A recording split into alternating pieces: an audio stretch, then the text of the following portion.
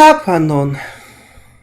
Также как-то принято начинать традиционные страшилки в интернете, а? Вот что-то подобное я и собираюсь написать. Байка, не байка, в общем, хотите верьте, хотите нет. Ну, по порядку. Собрался я сегодня утром в магазин возле дома. Хлеба взять и еще чего-нибудь, на что глаз упадет, пожевать. Оделся, спустился на лифте на первый этаж. Вышел и встретил там незнакомого старичка. Я в этот дом чуть больше года как переехал. Но всех соседей, само собой, до сих пор не выучил. Да и не рассчитываю все-таки 10 этажей. Но я ж вежливо и нехорошо с людьми в одном подъезде жить и молча мимо ходить, тем более человек пожилой. «Здравствуйте», — говорю без задней мысли. Дедок прямо вскинулся, и я, когда из лифта вышел, он чуть в сторонке стоял, сгорбившись. Грустный такой, уставший, чуть покачивался даже. Ну, ветхий совсем. Но после моего приветствия ожил прямо на глазах. Повеселел, закивал радостно и на выход заспешил. Бодро и очень даже живенько, чуть ли не через ступеньку перескакивая на маленькой подъездной лестнице. Через плечо на выходе оглянулся разок и радостно улыбнулся во всю ширину совершенно беззубого рта.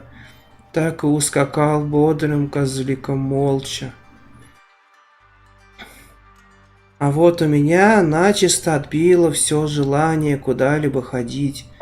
Пнул я в кнопку лифта, который еще уехать никуда не успел, и умотал домой.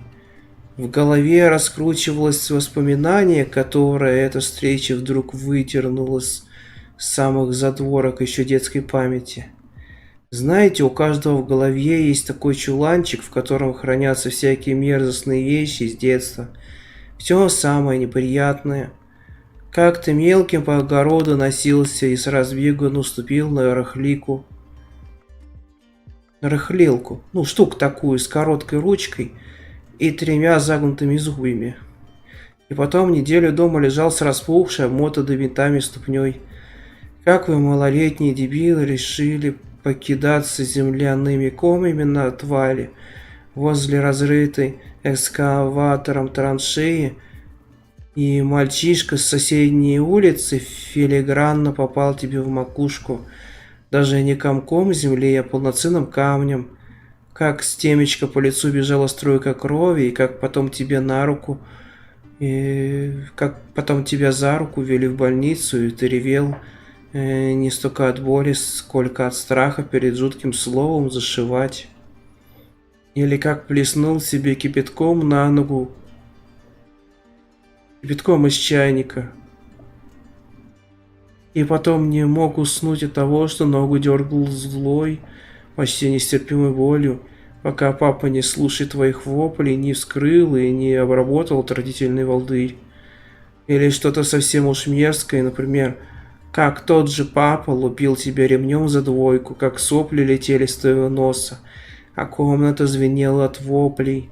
Эти воспоминания не то чтобы специально складываются отдельно от остальных, но по какому-то удивительному свойству детской психики сами с собой быстро задвигаются.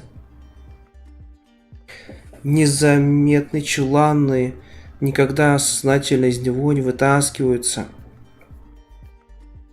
Разве что иногда их бывает слишком много, или они вовсе начинают гнить. И эта гниль начинает расползаться по всему остальному складу барахла в вашей голове. Тогда приходится прибегать к помощи опытного кладовщика-психотерапевта. У меня до такого вроде как не дошло, хоть чуланчик и не пустует. Но вот то, что вывалилось из него после встречи со странным стариком, явно выбивается из общего ряда отвратительных воспоминаний. И вывалилось оно удивительно ясным и цельным. Когда мне было лет 6-7, родители отправляли меня на лето к бабушке в деревню. Деревня была не так далеко от города, но обладала всеми деревенскими достоинствами. Речкой, оврагами, полями кукурузы, и гороха вокруг, лесопосадка и прочим, то есть всем необходимым для того, чтобы мой растущий организм питался экологически здоровой пищей, усиленно рос и развивался, а заодно покрывался шикарным бронзовым загаром, пока носится в одних шортах по пыльным Деревенским улицам с местной шебутной детворой. Отношения с бабушкой у меня были вполне хорошие. Неприятные воспоминания связаны с ней только косвенно. В один из дней она с самого утра затеяла возню с пирогами. Судя по начинкам, предполагался пирог с капустой, хорошая горка мясных пирожков и мой любимый пирог с яблоками. Я уже собирался было рвануть на речку, но бабушка остановила меня и сунула в карман шорт горсть мелочи. «Ну-ка, иди в магазин, сегодня хлеб должны привезти. Купи буханку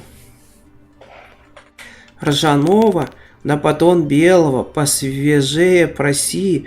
Скажи, баба Марфа заругает, если черствый принесешь». Бабушка улыбнулась. Я искренне не понимал, зачем вообще нужен хлеб, когда дома ожидается такое обилие пирогов, но спорить даже не подумал. В деревне были свои правила, отличные от городских. Это я понимал отчетливо. Так что, вздохнув, я потопал в сене. «Стойка!» — откликнула меня баба Марфа уже на выходе. Оглянувшись, я увидел, что она смотрит на отрывной календарь возле холодильника. Хоть убей, не помню, какое там было число и даже какой месяц, но что-то бабушку точно встревожило. Она хмурилась и вытирала руки о передник, будто уже собиралась забрать деньги и сходить сама. Но один пирог уже стоял в духовке, на столе лежал тонкий блин раскатанного теста. Так что все бросить и купить хлеб самостоятельно у нее явно не выходило. Это решилась она. «Если встретишь кого незнакомого, не здоровайся. Иди давай, да не заиграйся там». Я отчетливо помню это ее напутствие, потому что оно шло вразрез с привычным укладом деревенской жизни. В отличие от города, где незнакомых людей было много, и здороваться с каждым прохожим мне в голову не приходило. Деревня была небольшой, почти каждый встречный был так или иначе знаком, если не со мной, то так с бабой Марфой уж точно. И услышать от бабушки, что односельчане жалуются на ее невоспитанного внука, было бы очень неприятно. Наверное, что-то такое мне вбили в голову родители. Так что здороваться на деревенских улицах с каждым встречным поперечным прочно вошло у меня в привычку. До магазина нужно было топать довольно далеко, по детским меркам. Деревня состояла всего из 3 длинных улиц и широкого пустыря. На нем стоял деревенский клуб или, может, дом культуры, а чуть в стороне от него небольшая стелла. Кажется, маленький памятник с именами погибших в Великой Отечественной войне жителей деревни. 2 улицы шли вдоль реки и сходились на пустыре, в него же под прямым углом к речке утыкалась 3-я. Она единственная была заасфальтирована, и асфальт заканчивался как раз возле магазина. Бабушка жила почти в самом конце одной из неасфальтированных улиц. Топая под жарким летним солнцем по горячей пыли, я перебирал в уме нехитрые детские радости предстоящего дня. Речку, пирожки с мясом, пирог с яблоками и все такое. Сразу много вещей в моей маленькой голове не умещалось. Так что бабушкино напутствие уже успело из нее выветриться к тому моменту, как впереди показался пустырь. Навстречу мне попалась какая-то незнакомая старушка. Очень дряхлая, она еле передвигала ноги, аккуратно шаркая по соседней колее. Одной рукой она помахивала мне для равновесия, а вторую завела за согнутую спину, будто придерживаясь, чтобы не сложиться вдвое. Я буквально вижу ее сейчас, как будто Все произошло вчера настолько ярко. Высветилось в моей голове это воспоминание. В длинном старом платье с серым грязноватым платком на голове одежда и платок выглядели не по погоде теплыми. Ясное дело, я подчинился уже въевшейся привычке и четко выпалил бабке свое «Здравствуйте». И бабка повела себя точь-в-точь, как утренний незнакомый дедок. Она на глазах повеселела, почти выпрямилась и радостно закивала, улыбаясь во всю ширину своего беззубого рта. Не говоря ни слова, бабка развернулась и бодро заспешила назад к пустырю. Причем заспешила очень шустро, быстро скрывшись из виду. Эта разительная перемена, да и сама неестественная живость, с которой бабка умотала вдаль, кольнула меня странным чувством неправильности, несоответствия. Я быстро выкинул странную бабку из головы. Мне еще надо было купить хлеба и скорее отнести его домой, чтобы сбежать наконец на речку. В какой именно момент начались странности, я не могу сказать. До магазина я дошел без каких-то проблем. Он находился по левую руку от меня, когда я шел по пустырю, это важно. Двери были двойные, внешняя открывалась наружу и была распахнута, а внутренняя открывалась, естественно, внутрь. Это тоже важный нюанс, потом станет ясно почему. Явные странности начались уже внутри магазина. Во-первых, там была незнакомая продавщица. Я уже бегал сюда по маленьким бабушкиным поручениям, и местную продавщицу знал, это была другая. Молодая, в красивом белом переднике с голубой каймой и белой форменной шапочке. Во-вторых, это сразу бросилось в глаза, в магазине почему-то не было привычных наклонных полок с буханками хлеба. Был только прилавок, за которым и сидела новенькая продавщица. Она подняла на меня скучающий взгляд и опять уткнулась в какую-то газету. Я однозначно подошел к прилавку. Слева от продавщицы на большом блюде горкой были насыпаны большие неровные куски темного хлеба. Ценник перед блюдом, как я теперь понимаю, был очень странным. Там черным фломастером было написано: «Хлеб рваный, ржа. Высший сорт». Ниже там, где обычно пишут цену, тем же фломастером были нарисованы какие-то каракули, похожие на гроздь разнокалиберных кружков. Будто кто-то просто расписывал ручку кругами. С ценой было не очень понятно, зато надпись сомнений в моем детском сознании не вызвала. Хлеб ржаной, да еще и высшего сорта. Сразу наломанный на куски для удобства, видимо. Непривычно, но, может, тут в деревне так иногда делают. Я взял из стопки рядом прозрачный пакет и уже потянулся к блюду, когда резкий голос продавщицы заставил меня отдернуть руку. «Куда руками-то?» — сердито окликнула она. «А как?» — не понял я. Тетенька закатила глаза. «Как все!» — сварливо проворчала она и вдруг звонко щелкнула зубами. Вот где-то на этом моменте я начал отчетливо ощущать, что происходит что-то неправильное.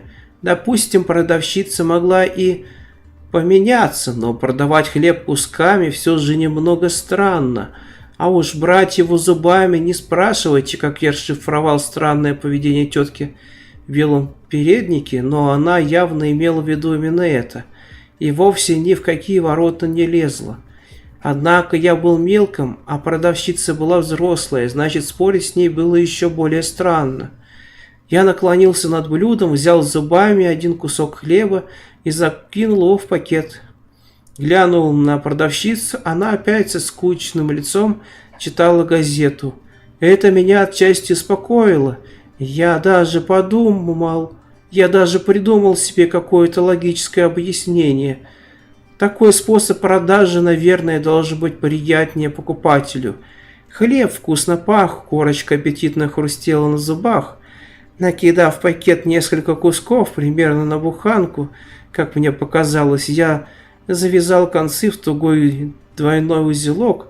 В узлы я научился вязать совсем недавно, и на тот момент взял их где надо и не надо. Вязал их где надо и не надо, гордясь новым умением. Надо было как-то расплатиться, но неправильность происходящего все отчетливее стучала в детское сознание и начинала давить, путая мысли. Неуверенно начал я, сколько он? Туда, не отрывая глаз от газеты, бросила продавщица и никуда не показала. Но я обратил внимание на стоявшую недалеко от нее пустую консервную банку, которую поначалу принял с пепельницу. Нерешительно заглянув в нее, я увидел там несколько монет, смятую купюру, какие-то еще железки и бумажки, совсем уж не похожие на деньги, гнутую скрепку и странный гвоздь. Он был не круглый, какие я привык видеть, а какой-то граненый с выпуклой шляпкой. Я высыпал в банку деньги из кармана и уже собрался было уходить, но вспомнил про батон белого.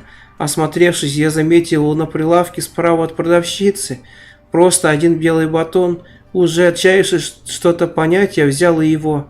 А вон сколько, все же попытался я навести хоть какой-то порядок ситуации. «Мы Марфу знаем», – буднично ответила тетя в белом переднике и перевернула газетный лист. К этому моменту я был уже твердо уверен, что веду себя как-то не так. Не тетя отвечает на инфопад, а я сам задаю неправильные вопросы, которые не вписываются в диалог. И мне должно быть стыдно за свое поведение.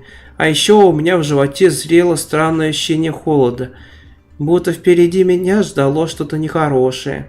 Вроде похода к стоматологу или в поликлинику, чтобы сдавать кровь из пальца.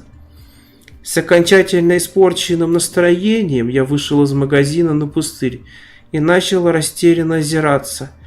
Как я уже говорил, когда я шел от бабушки, магазин находился на пустыре по левую руку, а значит сейчас мне надо было направо, домой. Но знакомая бабушкина улица была слева. Я вышел из магазина, только он почему-то стоял с другой стороны пустыря. Но больше всего меня потрясло не это. По какой-то странной детской логике важнее вдруг стало то, что я не заплатил за белый батон. Получается, я его украл. Тут в голове, в которой и так уже была каша, замелькали бессвязные мысли про милицию и тюрьму, куда непременно должны посадить меня, потому что я теперь воришка. Я торопливо кинулся назад в магазин, дверь в который теперь была одна и открывалась почему-то наружу. Залетел внутрь и ошалел и замер. Помещение теперь было гораздо больше. Ширина осталась та же, но магазин уходил куда-то далеко вглубь. Стало гораздо темнее. Никаких ламп на потолке не было. Уличный свет лился только через два окна по бокам от двери. И он как-то странно мигал. Внутри было совершенно пусто, сыро и пахло плесенью. Плесень свела зеленоватыми лохмотьями на стенах, пятнала пол и потолок, с которого кое-где отвалилась штукатурка. Где-то капала вода, а вдалеке, в темном дальнем конце странного помещения, позади плохо видимого в сумраке прилавка, возилось и пощелкивало что-то очень большое и неповоротливое.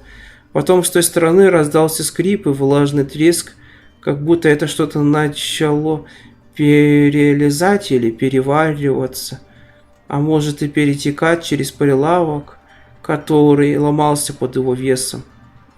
Это было уже слишком. Я швырнул батон прямо на пол и вылетел наружу, сжимая честно оплаченный пакет с кусками хлеба и стараясь не зареветь. Отбежав несколько шагов, я увидел впереди сельский клуб, а за ним на нужной стороне пустыря магазин.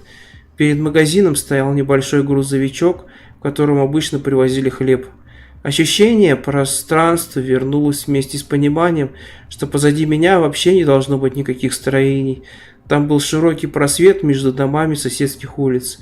Пустырь тут должен был продолжаться до самого берега реки.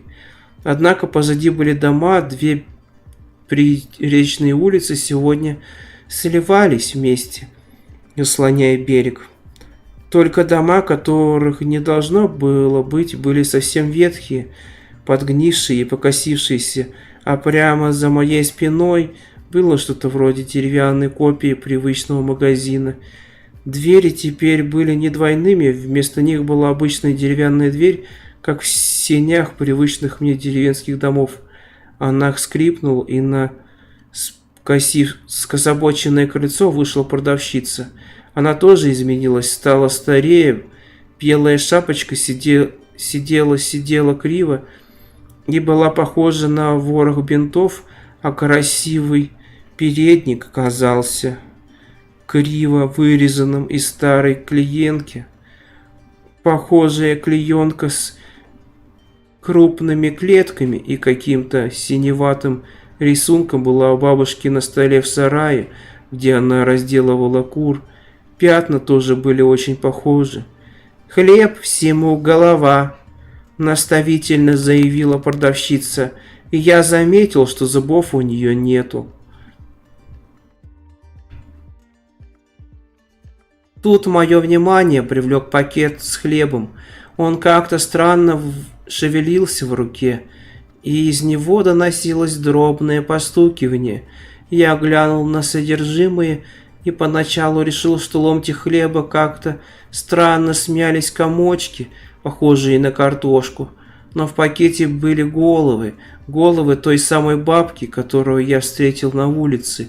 Они были разного размера, самые крупные с куриное яйцо, самые мелкие с вишню. Все в одинаковых грязноватых серых платках. Головы таращили глаза сквозь полиэтилен, разевали рты и время от времени звонко щелкали зубами.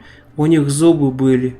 Когда до меня дошло, что именно я держу в руке, омерзение и страх, которые я испытал, были похожи на разряд электрического тока. Рука конвульсивно дернулась, пакет отлетел к крыльцу неправильного магазина и лопнул от удара о землю. Головы рассыпались, действительно напоминая картошку, и тут же покатились к продавщице. Стукаясь друг от друга, они не отскакивали, а сливались в более крупные головы, словно капли воды на стекле. При этом они вращали желтоватыми глазами и продолжали щелкать зубами. Однако закатиться на крыльцо у них не получалось. Они с разгона стукались и ступеньку и разбивались на головы помельче. Продавщица вздохнула и сделала шаг вниз. Серые грязные комочки хлынули по ее ногам, исчезая под фартуком, чтобы тут же появиться из-под одежды возле шеи. Там они закатывались ей под подбородок и, похоже, сливались с ее собственной головой. С каждым таким комочком продавщица становилась все больше похожа на бабку с улицы. Лицо старело, а и без того уже потерявшая форму шапочка становилась все грязнее и стекала вниз, превращаясь в грязный платок. Я завороженно смотрел на эти метаморфозы, пока они не закончились. Тогда бабка удовлетворенно кивнула. «Голова, хлеб», — пояснила она, широко раздевая беззубый рот, и пошла назад в магазин. Вместо затылка у нее было еще одно такое же лицо, которое безразлично глянуло на меня и щелкнуло зубами. Вот тут маленький я и сломался окончательно. Я смутно помню, как шел домой по жаркой улице, сжимая руками живот и рыдая во всю мощь. Несмотря на жару, мне было холодно, меня жутко трясло, а сердце колотило в грудную клетку так, что едва не ломало ребра.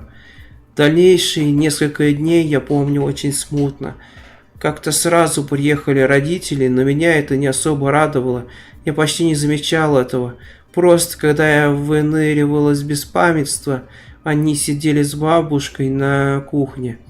Лица у них были тревожные, большей части бреда я вспомнить уже не могу, однако пара моментов отчетливо отпечатались в памяти. Помню, как посреди ночи я вылетел из комнаты и, задыхаясь, пытался объяснить маме, что я никак не могу спать на своей раскладушке, потому что там лежит огромный камень. Клянусь, я даже видел его очертания в темноте, когда мы вместе с ней вернулись назад. Потом я, конечно же, понял, что ничего в моей раскладушке нет, и я вполне могу в ней спать. Мы с мамой сидели рядом, я пытался успокоить колотящееся сердце, вытирал холодный пот со лба и твердил, что так можно и с ума сойти. В другой раз я вылетел из комнаты в твердой уверенности, что спать мне негде. Ведь на заре времен, когда вся земля была одним целым куском, а не отдельными материками, я любил читать всякие энциклопедии, и про Пангею уже знал. Громадные динозавры рвали ее на части своими огромными когтями. Каждому человеку досталось по кусочку, и мой клочок был слишком маленьким для раскладушки. Было еще что-то связанное с тем, что в комнате рядом со мной кто-то стоял, но эти воспоминания уже настолько смутные, что описать их невозможно. Дни пролетели незаметно. Наверное, я все же спал. Зато вечера и ночи стали ужасно длинными и тяжелыми, буквально тяжелыми. Они наваливались на меня, как толща воды на слишком глубоко нырнувшего водолаза. Я стонал и корчился. Папа торопливо приносил тазик, но меня не рвало, на меня просто давило. Чувствую, это трудно писать словами. Его отголоски сейчас смутно всплывают во мне. Если я представлю, как крохотная песчинка мгновенно превращается в многотонный валун, представить это несложно, но ощущение неправильности, несоответствия пробуждает внутри меня неясное, но очень неприятное эхо. В один из таких тяжелых давящих вечеров папа уложил меня на раскладушку, укрыл одеялом и накинул на лицо черную футболку. Потом велел лежать тихо и начал что-то шептать. Еще он, кажется, водил руками над моей головою. Понятия не имею, как я это увидел с черной-то футболкой на лице. Шептал он долго, иногда я слышал негромкий голос бабушки. Она то ли предсказывала, то ли тоже что-то шептала. Так я и уснул. На следующий день я проснулся утром и понял, что все прошло. Точнее, даже не так. Я ничего осознанно не понимал. Просто все прошло, родители, бабушка спрашивали, как я себя чувствую, но это были какие-то дежурные, нетревожные вопросы. Я с аппетитом поел и умотал на речку, как ни в чем не бывало. Лето двинулось дальше своим чередом, а странный случай с неправильным магазином был мгновенно упакован в неприятный ящик и задвинут далеко в чулан с неприятными воспоминаниями, так далеко, что я вообще ни разу не вспоминал о нем до сегодняшнего дня. Когда после встречи со странным дедом этот неприметный ящик вдруг вывалился из дальнего уголка чулана, и его содержимое раскатилось по памяти, как те отвратительные головы из пакета. Отголоски того ужасного ощущения, которое давило на меня по ночам и сейчас заставляет меня непроизвольно морщиться. И отец, и тем более бабушка Марфа уже давно умерли, так что спросить, было ли это все на самом деле, что шептал папа, и почему тетка в магазине знала Марфу, теперь уже не у кого. Так что сами решайте, воспоминания это или просто странным образом видоизменившийся в памяти детский горячечный бред. Память иногда шутит удивительные шутки. Вполне возможно, в то лето я просто дополоскался в речке и слег с температурой. Детский разум, не всегда еще четко отделяющий сон от яви, вполне мог смешать бредовые видения с реальными воспоминаниями того лета, приготовить вот этот пугающий коктейль. Но это воспоминание настолько ясное и четкое, да и утренние встречи со странным стариком. Я теперь не могу избавиться от мысли о том, что рядом с нами живет кто-то еще. И наше формальное «здравствуйте» он вполне может воспринять как осознанное разрешение здравствовать за нас счет. Радует только то, что Эту возможность наши неприятные соседи могут использовать не всегда. Ведь бабушка встревожилась, только посмотрев на календарь. В любом случае, в магазины я ближайшие пару дней точно не ногой. Да и здороваться с незнакомыми людьми, пожалуй, больше не стану. Черт его знает, кому именно я пожелаю здравствовать. Ну ее нафиг, эту вежливость.